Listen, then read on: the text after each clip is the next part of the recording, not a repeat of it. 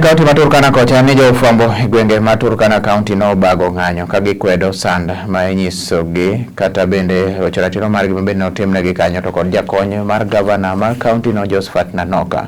Jofwambo go wacho ni ratiro margi rocho ka gitiyo gino ma bende koro gibiyie mondo koro miyo timre.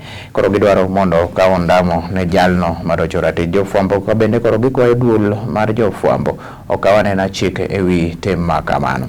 Mano timore ka juma mano mokadho jofwambo ariyo yande koro noroch ratiro margi tamogi mondo mi giyud weche kata kitudo kod weche mag ndike kinde mokadho gi apisas moko kata jotelo moko bende nitiere e apisi mar ODM Nairobi. Wach mabende koro duol mang'iyo weche mag jofwambo Media Council of Kenya nokwedo okang' mager ahinya ni mane rocho ratiro mar jofwambo ma bende gi ratiro duto te mag yudo report kendo timo tijgi ma oko omulgi.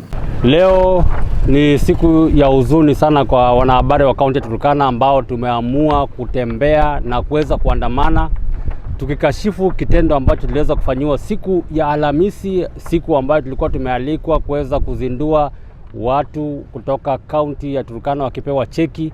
Kulikuwa na watu zaidi ya 3,000 ambao walikuwa wanatoka sehemu mbalimbali wakipewa hundi ya cheki na gavana.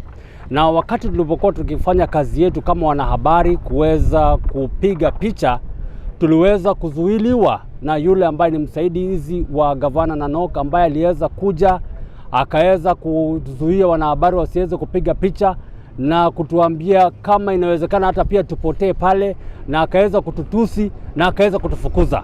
Sisi kama wanahabari kazi yetu ni kufanya kazi ambayo inaelimisha jamii na kuhusisha umma, lakini kitendo ambacho tuliweza kufanyiwa na PA wa gavana wetu haikuwa tendo ambalo ni la heshima. It's only through the media that we are informed about the whereabouts of this country. It's only through the media that we get information. We demand that this man called Deno, action should be taken against him. Freedom of media. Media tunapewa freedom ya kukava everywhere. Article 35 inaongelea access of information. We as watu wa media tunapewa hiyo kipawa access information anywhere. So ile kitu ile happen ni kama watu wanalenga constitution ya Kenya, na hiyo sio kitu nzuri. Another thing, sisi kama wanahabari tuko wakati ya election. Wakati ya election saa hizi vitu kama hii ndogo ndogo ikianza inamaanisha hii election vinakuja tutaanza kupigwa vibaya ama tutaanza kuumizwa. So tunaomba saa hizi ule mwenye alifanya hiyo kitu ajitokeze akuja aombe msamaha kwa wanahabari. We were invited to cover the event of Biashara Fund by Turkana County Government. But during the event, we did not finish well.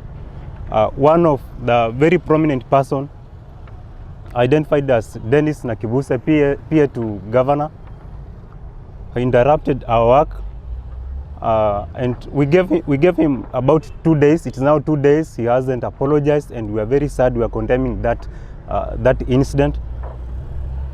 We feel as journalists, we feel that the rights, the Article 34 and 35, freedom of journalists and access of information has been violated, and we call upon MCK, we call upon KCA to come for our rescue.